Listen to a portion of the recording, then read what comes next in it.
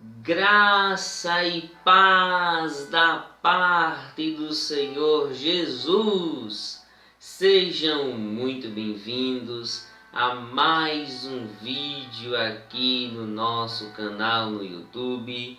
E desde já peço a você para que se inscreva em nosso canal, ative os sininhos para receber todas as notificações e compartilhe esse canal para mais alguém, para que mais pessoas cheguem ao conhecimento de nosso canal e principalmente ao conteúdo da Palavra de Deus que nós disponibilizamos aqui.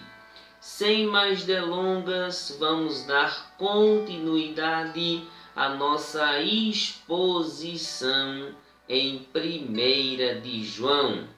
E hoje vamos entrar no texto bíblico propriamente dito. Vamos ler então 1 de João, capítulo 1, versículos de 1 a 4. Diz assim a palavra do Senhor. O que era desde o princípio, o que vimos com os nossos olhos, o que temos contemplado e as nossas mãos tocaram da palavra da vida, porque a vida foi manifestada e nós a vimos e testificamos dela e vos anunciamos a vida eterna que estava com o Pai e nos foi manifestada. O que vimos e ouvimos, isso vos anunciamos, para que também tenhais comunhão conosco. E a nossa comunhão é com o Pai e com seu Filho Jesus Cristo. Estas coisas vos escrevemos, para que a nossa alegria seja completa. Amém. Vamos falar um pouco sobre a real encarnação do Senhor Jesus. Em primeiro lugar, precisamos entender o que é encarnação. Encarnação, portanto, é a doutrina que ensina a concepção, a geração e o nascimento virginal de nosso Senhor Jesus. Encarnação ainda é a doutrina da essência da carne habitada por Deus. E encarnação ainda é a doutrina da manifestação de Deus em um corpo carnal, em um corpo humano, em um corpo físico. Nessa passagem que ora lemos, o apóstolo João está dando o testemunho acerca da encarnação de Cristo. E ele nos mostra verdades pela qual testifica que de fato o Verbo se encarnou. O apóstolo João começa sua exposição no versículo 1 dizendo: o que era desde o princípio. A pergunta é: que princípio é este? E a resposta mais plausível e coerente é que esse princípio aqui é o Senhor Jesus. Essa expressão princípio significa algo que é antes de todas as coisas. É algo que é antes de tudo e de todos. E não só aqui, mas nos escritos do apóstolo João, de maneira geral, Cristo se mostra como sendo antes de tudo e antes de todos. No seu Evangelho, João registra no capítulo 1, versículo 15, que Cristo é antes de João Batista. No mesmo Evangelho de João, capítulo 8, versículo 58, Cristo declara que Ele próprio é antes de Abraão. E na sua oração sacerdotal, no capítulo 17 do Evangelho de João, e o versículo 5, Cristo diz que Ele é antes da fundação do mundo. Essa expressão princípio está então se referindo à eternidade do Senhor Jesus, de um ser que vive de eternidade a eternidade. É daí que João nos dará no versículo 1 3 testemunhos da encarnação de Cristo. E ele prossegue dizendo: o que vimos com os nossos olhos. Ou seja, o primeiro testemunho que ele dá é o testemunho da visão. João está afirmando que ele de fato viu a Cristo, e não só ele, mas ele usa a expressão vimos. Significa então que não só ele, mas todos os apóstolos viram Cristo encarnado. O segundo testemunho que João dá é o testemunho da contemplação, pois ele diz adiante: o que temos contemplado. Não só João, mas os 12 apóstolos e muitos discípulos contemplaram o Senhor Jesus. E contemplar vai até muito mais além do que apenas ver.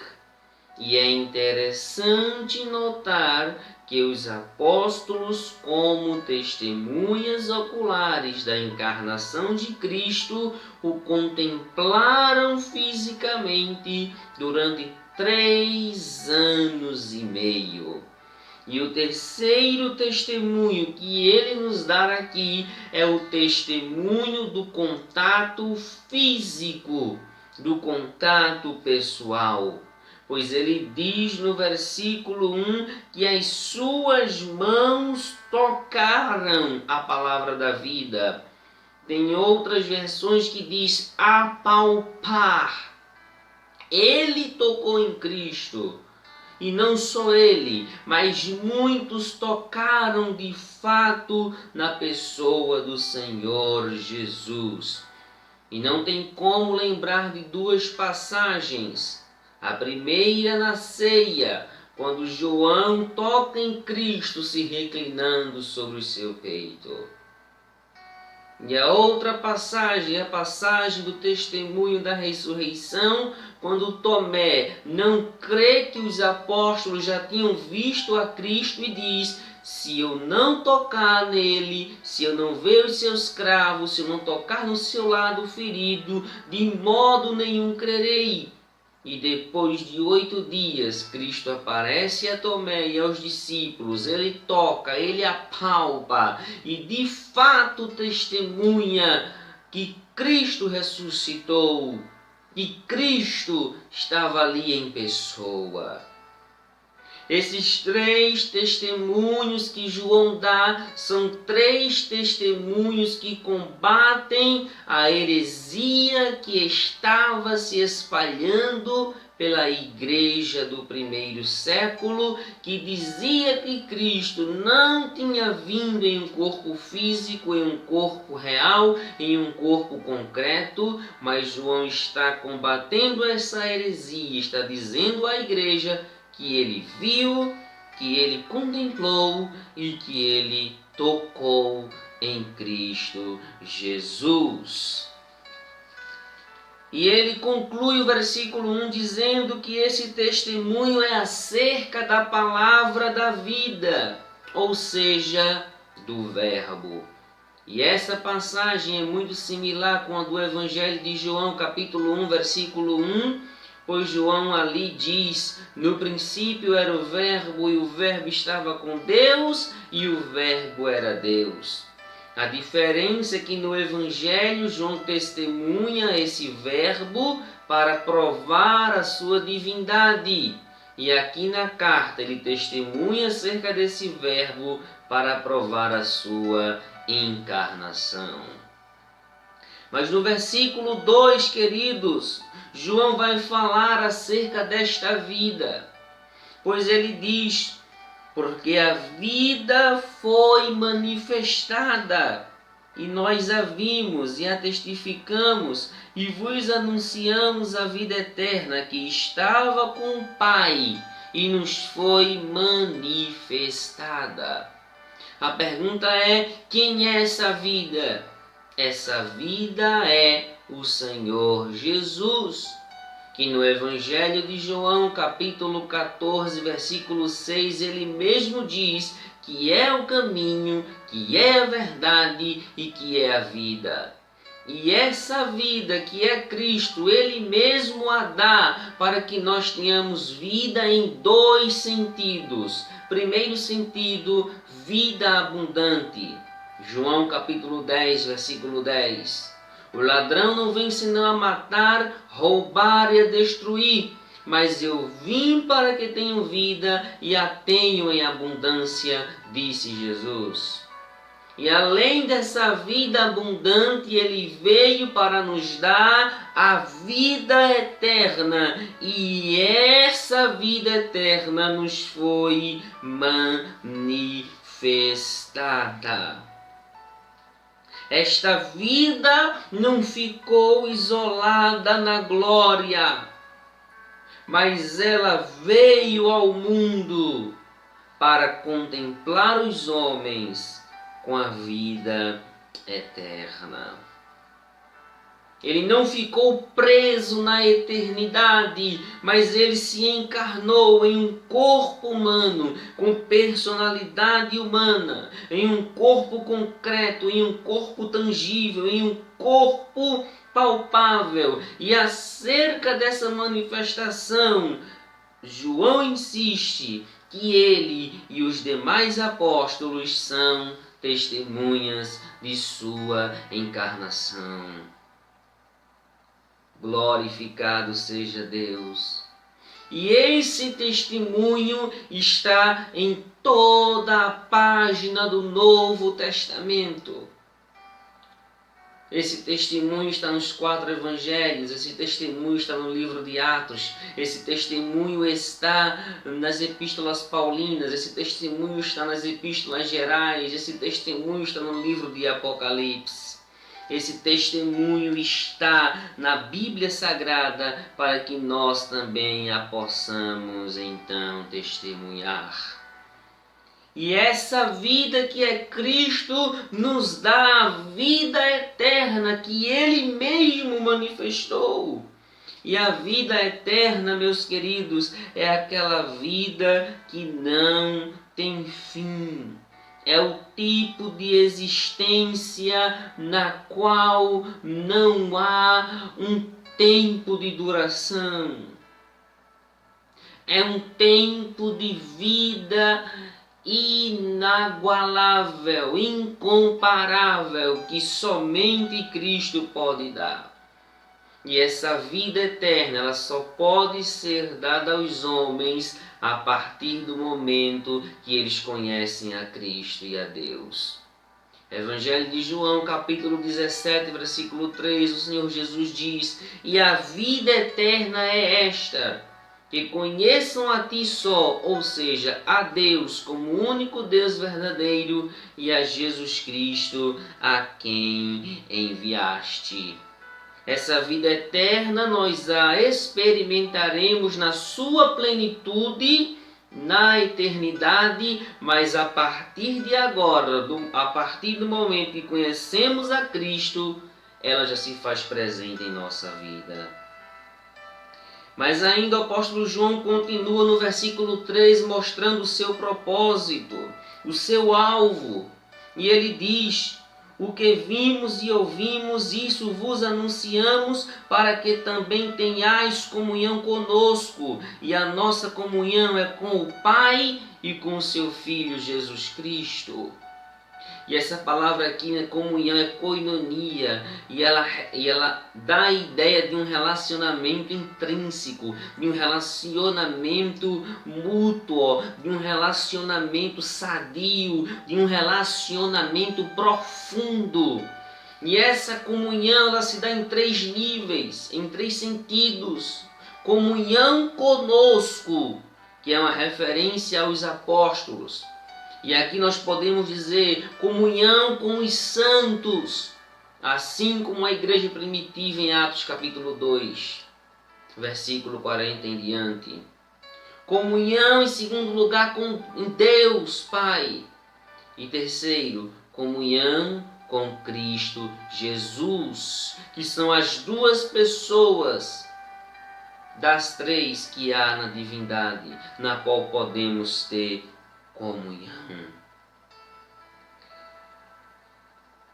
E para concluir, para o nosso vídeo não ficar muito longo, o apóstolo João conclui no versículo de número 4 dizendo: "Estas coisas vos escrevemos, para que a nossa alegria seja completa." Aqui está o objetivo dessa escrita inicial.